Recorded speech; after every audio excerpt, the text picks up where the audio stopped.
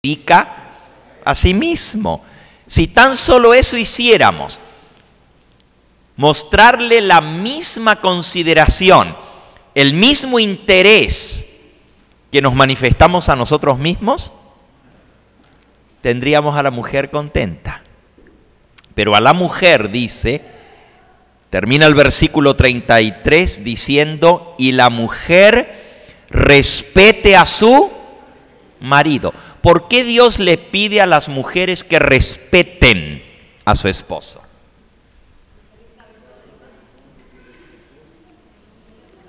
¿Por qué? Bueno, sí, la razón es porque el hombre es cabeza del hogar. Y algunos dicen, ¿y por qué Dios tuvo que hacer al hombre cabeza del hogar? Bueno, cuando Dios creó al principio a Adán y a Eva, no los creó para que uno dominase al otro. Es cierto que el hombre lo creó primero y la mujer fue tomada de una costilla del hombre. Pero Dios le sacó una costilla a Adán y con la costilla le hizo a su compañera idónea. No tomó un hueso de la cabeza para que la mujer domine al hombre, ni tampoco tomó un hueso del pie para que el hombre pisotee a la mujer. Tomó una costilla a su lado y yo quiero creer que fue la costilla arriba del corazón, mostrando el lugar que debe tener la mujer al lado del hombre, a su lado, no abajo para ser pisoteada, tampoco arriba para que ella se enseñoree, sino a su lado, al mismo nivel. El hombre y la mujer fueron creados iguales. Pero cuando entró el pecado, Dios tuvo que hacer un pequeño cambio en su plan original. Si ustedes se fijan en Génesis capítulo 3, después que Adán y Eva pecaron, Dios le dice a la mujer, versículo 16, Génesis 3, 16, y a la mujer le dijo, multiplicaré en gran manera los dolores de tus preñeces, con dolor darás a luz tus hijos. Eso vino después del pecado, el dolor del parto. Pero miren cómo termina el versículo. Y tu deseo será para tu marido, y él se enseñoreará de ti. Lo dijo Dios desde el mismo comienzo, después de la entrada del pecado. Él será el Señor en la relación. Él se enseñoreará de ti. ¿Por qué Dios puso al hombre como cabeza o como señor o como amo del hogar?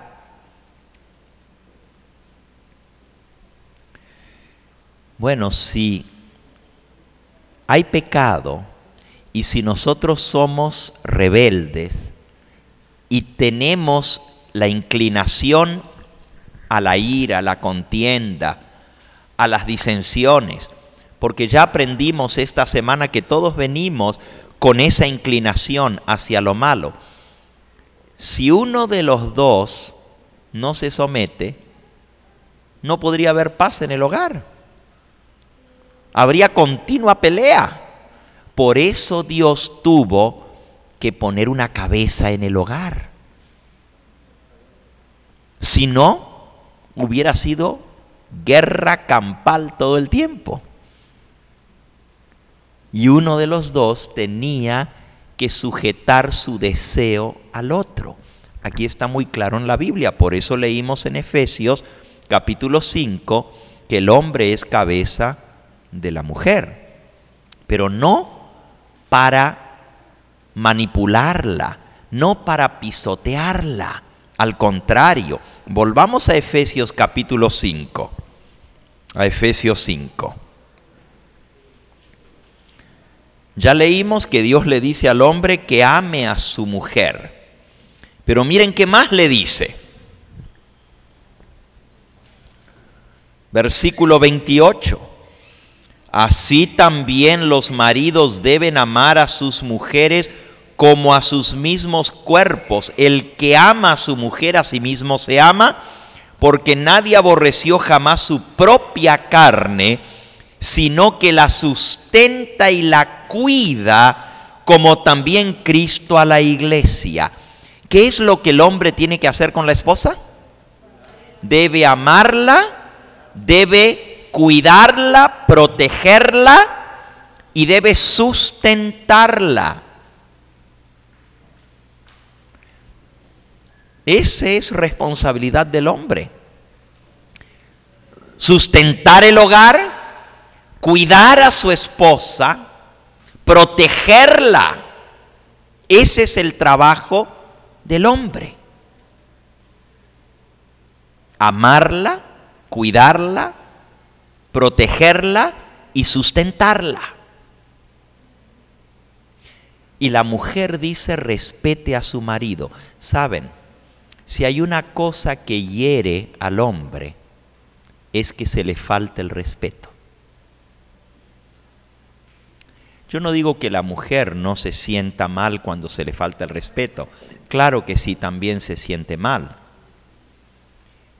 Pero el hombre, cuando la falta de respeto viene de sus hijos o de su esposa,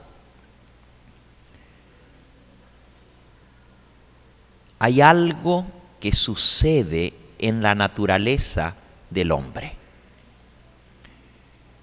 donde se pierde el respeto y el amor, el cariño por la persona que está a su lado. Cuando la mujer le falta el respeto al hombre, el hombre pierde el amor por la mujer. Por eso Dios le dice a la mujer que debe respetar a su marido.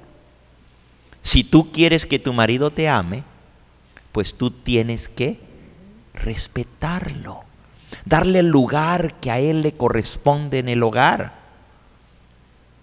No quiere decir que cuando llega el esposo, pues la esposa tiene que correr a sacarle los zapatos y las medias. Y no es a eso lo que se refiere, sino a darle el lugar de preferencia en el hogar delante de sus hijos. Nunca faltarle el respeto delante de sus hijos, ni tampoco a solas.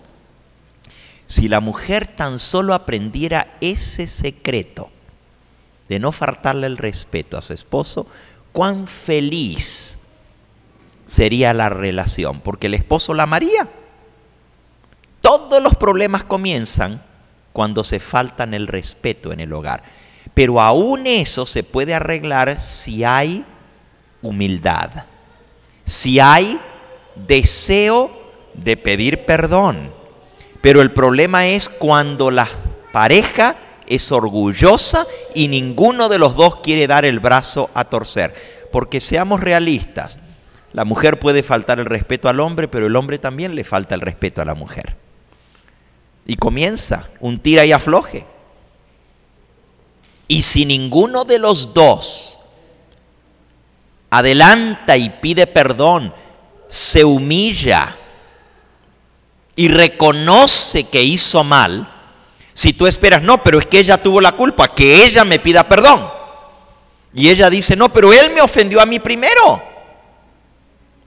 Y cuando se ponen en esa situación, por eso les decía que el orgullo es el principal destructor de los hogares.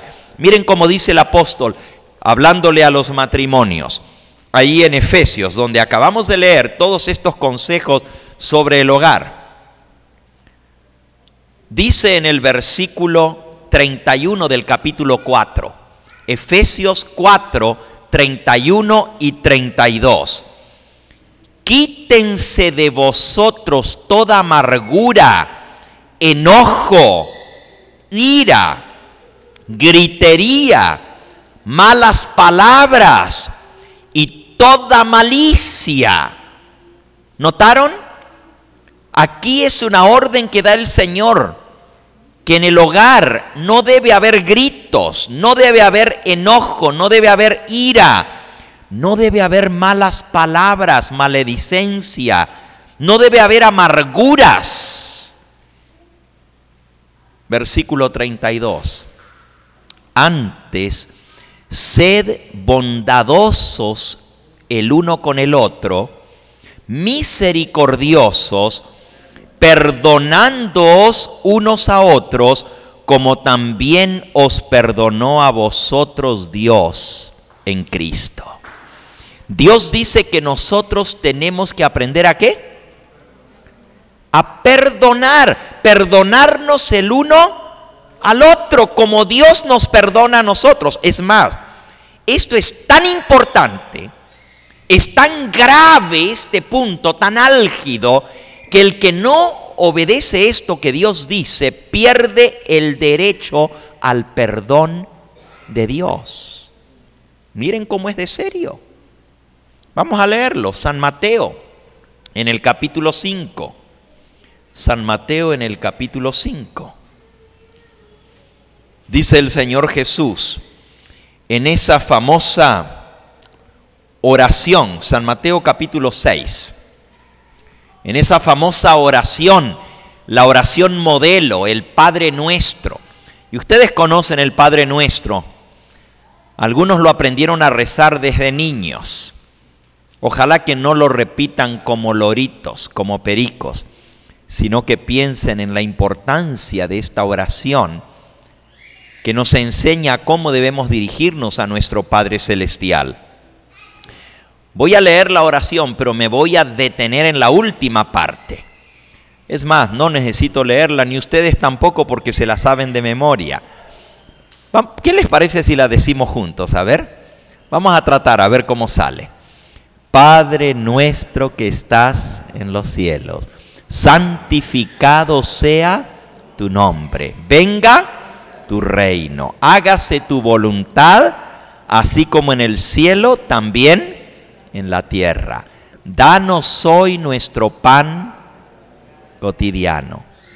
Y perdónanos nuestras deudas, así como nosotros perdonamos a nuestros deudores. Y no nos dejes caer en tentación, mas líbranos del mal. Porque tuyo es el reino, el poder y la gloria, por todos los siglos. Amén. Pero miren cómo sigue. Versículo 14, Mateo 6, 14. Porque si perdonáis a los hombres sus ofensas, os perdonará también a vosotros vuestro Padre Celestial. Mas si no perdonáis a los hombres sus ofensas, tampoco vuestro Padre os perdonará vuestras ofensas.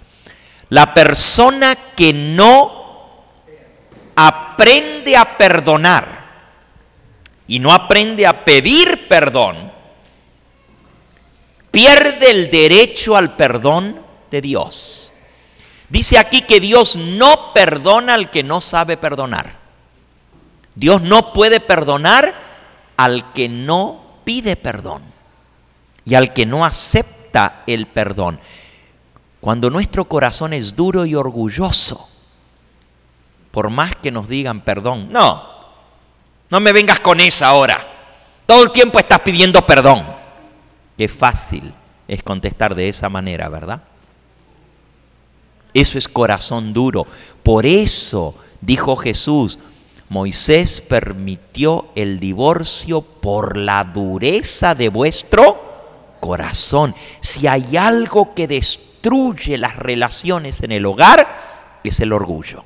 Es el corazón duro, el no aprender a perdonar y a pedir perdón. Ahora, siempre el problema del orgullo es que la persona ofendida siente que el otro le tiene que pedir perdón. Y el otro también se siente ofendido, porque cuando hay un problema en el hogar no es de un solo lado. No es de un solo lado, siempre. Para que haya una pelea tiene que haber dos. No puede ser entre uno solo. Entonces, cuando ambos se sienten ofendidos, ninguno de los dos quiere tomar la iniciativa de pedir perdón. Porque pensamos, si yo pido perdón, es que yo reconozco que fui el que hice mal, pero ella fue la que hizo mal, que me pide ella perdón. Y la mujer dice, no, pero él fue el que me ofendió, que me pida él perdón. Yo lo perdono, pero que me pida perdón. Y cuando nos plantamos en esa situación, el orgullo endurece nuestro corazón y no llegamos a aprender, a perdonar y a pedir perdón. Ahora, ¿quién es el que tiene que pedir perdón? ¿El ofendido o el que ofendió? ¿Quién es el que tiene que pedir perdón? Pero ¿quién es el que tiene que iniciar?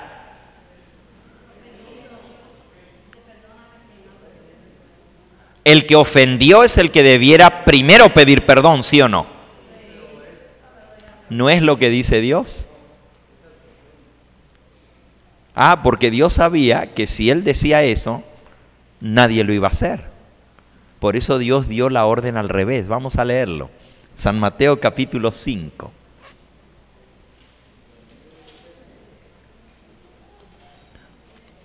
San Mateo 5.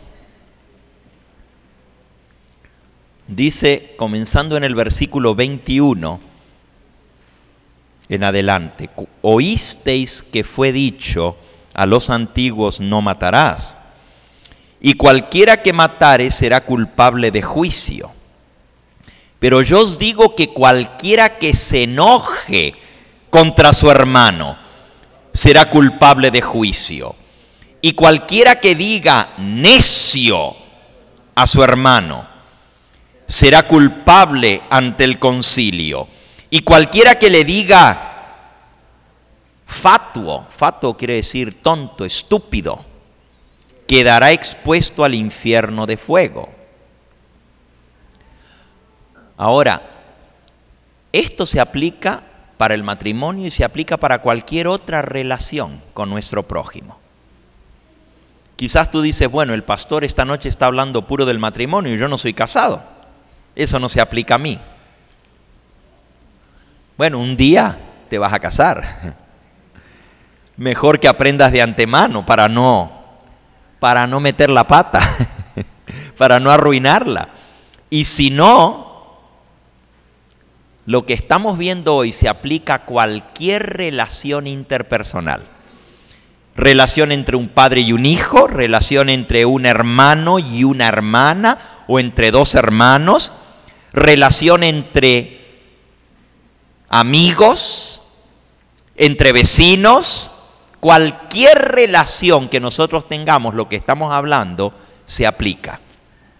Miren lo que sigue diciendo. Por tanto, versículo 23, si traes tu ofrenda al altar. A ver, vamos a detenernos un momentito allí. ¿Qué es eso de traer tu ofrenda al altar? ¿Los diezmos? ¿Las ofrendas? No. ¿Una donación? ¿Una oración? Comencemos por qué es un altar.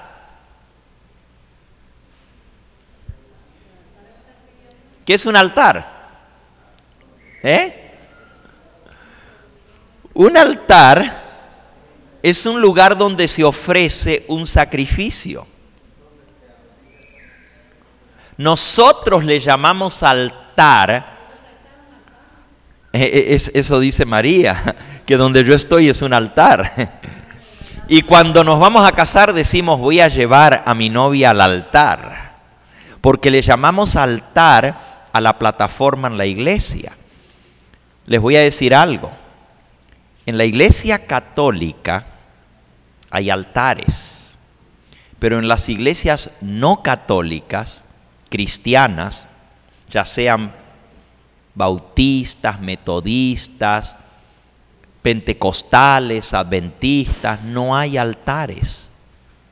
Usted no va a encontrar un altar en ninguna iglesia cristiana.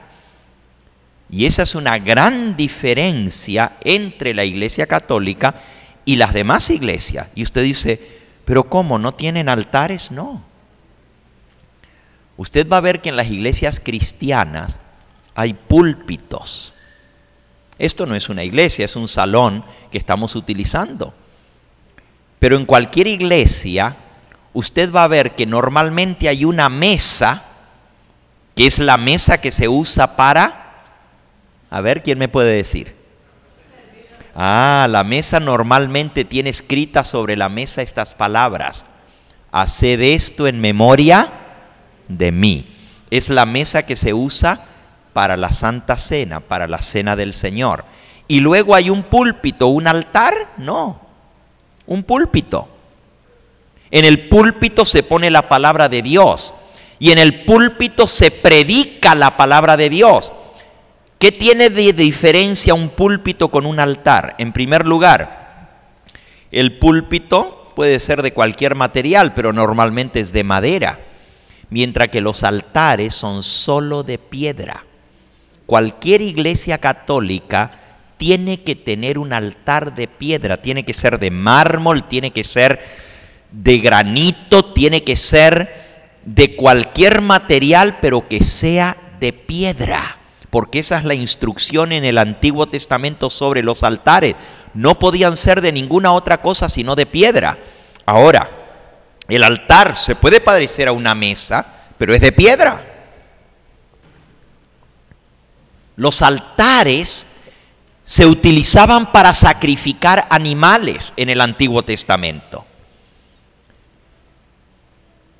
Y quien oficia en un altar tiene que ser sacerdote. En las iglesias cristianas no hay sacerdotes, hay pastores. Cristo no estableció sacerdotes en su iglesia. Algunos de ustedes se pueden sorprender con lo que estoy diciendo, pero ustedes pueden leer todo el Nuevo Testamento, desde los Evangelios hasta el Apocalipsis, los 27 libros del Nuevo Testamento, y no van a encontrar una sola mención a que Jesús haya establecido en su iglesia sacerdotes. Eso no está en el Nuevo Testamento, solamente está en el Antiguo Testamento. Y es interesante, porque los sacerdotes en la Iglesia Católica dicen que ellos ofician en el nuevo pacto. Esta es la sangre de la nueva alianza, dicen. El nuevo pacto, la nueva alianza.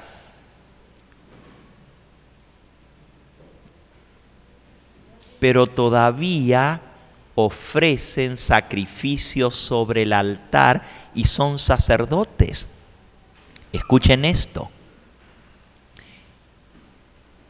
La diferencia principal entre una iglesia católica y una iglesia no católica es que en las iglesias católicas hay sacerdotes.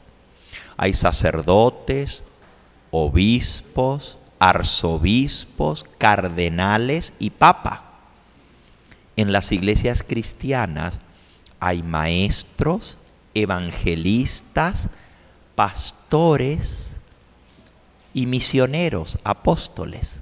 La palabra misionero viene del griego misio, que quiere decir enviar, y apóstol viene misionero viene del latín misio, que quiere decir enviar. Un misionero es un enviado a predicar el evangelio, y apóstol viene del griego apostelo, que quiere decir enviar. Apostelo quiere decir enviar. Así que la palabra apóstol o misionero es lo mismo. Ahora vamos a ver qué estableció Jesús en su iglesia. ¿Por qué estoy diciendo esto? Estoy tratando de explicar Mateo 24, cuando traes tu ofrenda al altar. Vamos a ver qué es un altar. Pero vamos a ver qué estableció Jesús en su iglesia. Nuevamente vamos al libro de Efesios, donde hemos estado estudiando esta noche.